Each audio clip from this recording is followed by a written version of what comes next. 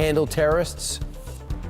We can no longer be silent about Pakistan's safe havens for terrorist organizations.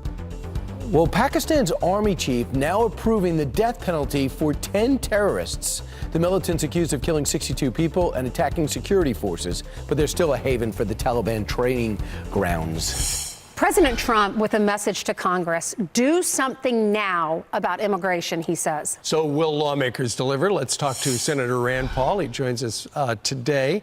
Let's see, where are you today? You're in Bowling Green. I'm in Bowling Green, Kentucky. That's my home, and I'm glad to be home. It's great to have you as well. All right, so, there were a lot of people who were disappointed, Senator, that with the omnibus last week, that something wasn't done about DACA and ultimately immigration, because the president, as we all know, famously has 4 points, 4 pillars. Nothing got done. Doesn't seem like anything ever gets done in Washington unless it's an emergency. Well, here's the sad thing about it. A couple weeks before the omnibus, we were told we were going to have an open debate on the floor on immigration. I actually had amendments to the bill that would have actually increased legal immigration to take pressure off of illegal immigration. None of my amendments were heard. Nobody had any votes. They had 4 pre-planned votes where they already knew the outcome and they knew all 4 would lose. And this is the sad thing about the Senate and Congress in general. They will not vote on anything that they don't count the votes in advance and know will be defeated. So they knew from the beginning nothing would happen. They devised the votes and only allow votes that will actually fail. It was not an open debate, and this is a disappointing thing about it, but it came from both parties. Senator, who Democrats obstructed and were opposed to my amendments as well. The president in his tweet is blaming the Obama administration for catch and release. Is the Obama administration responsible for that? And why hasn't something been done about that? The moment these illegal immigrants step foot on our soil, they're allowed to stay because our laws allow them to stay until they have a court hearing. Yeah, that ought to be changed. The 1,100 people that are marching up through Mexico should be stopped at the border and they should be sent back. We should not allow people to come into our country and break the laws. I'm all for legal immigration. Immigrants are by and large good people and have added to our country. We're a nation of immigrants, but we should not allow people, particularly 1,100 of them, marching up to basically sort of thumb their nose and say, well, we don't care what your laws are, we're coming. They should be stopped at the border and sent home. If it requires a change of law, we should do it. But I think there is some leeway within the executive branch that they may well be able to do this if they want to. Yeah, that's what I hear. That's what Judge Napolitano says, that the president can decide himself to end catch and release. So let Mexico take these 1,200 people rather than America. Let's see. Last time we ended up with a lot of gang members, MS-13. But let's move on to something I know you're passionate about, you spoke out almost immediately about, and that is the confirmation hearings that are supposed to take place in April. Mike Pompeo, as he switches from CIA to state, and Gina Haspel as she goes from deputy to head of the CIA.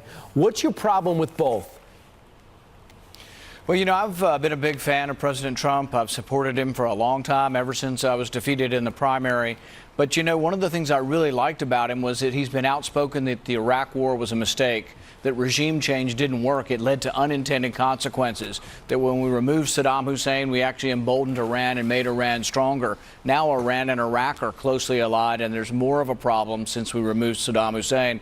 So it disappoints me that some of the people he's appointed around him are unapologetic enthusiasts still for the Iraq War. Between Bolton, Pompeo, all of the others, it seems like they aren't people who share the president's vision that the Iraq War was a mistake.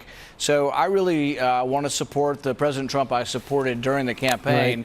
And so I think someone needs to speak out against having too many of these neoconservatives in the administration. So you know President Trump's vision better than he does? And you know what he wants better than he does? He wants these 2 people in place. Touche. But, this happens in every administration. You remember even the Reagan administration, so much of us loved Reagan coming in. He was a great conservative. But sometimes he appointed people who conservatives really wish were more from the conservative school. It's the same thing here.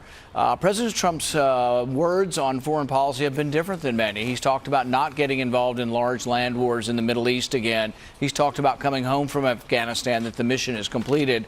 And so, but it's a tug of war. The president will say these things, and then members of his cabinet will say, oh, no, we need to stay in Afghanistan there's a flip side to everything he's saying, Senator. 100,000 troops. There's a flip side What's to that? it. If we leave Afghanistan and the Al-Qaeda comes back, we wasted our time. If we leave our presence in Syria, the Russians take over. I think so there's a flip side to everything. Nobody wants war. I think there's another. Yeah, I think there's another way of looking at it, though. I think you can declare victory.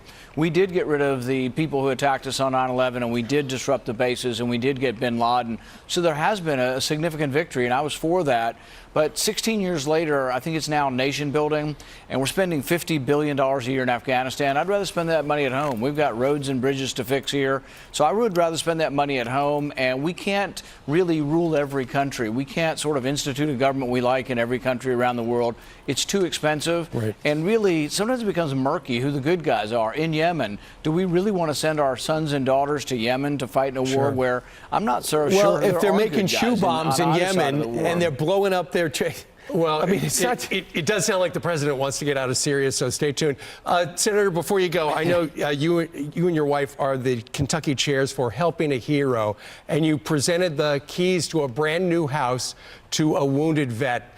Tell us a little bit about Army Staff Sergeant Paul Braunvater.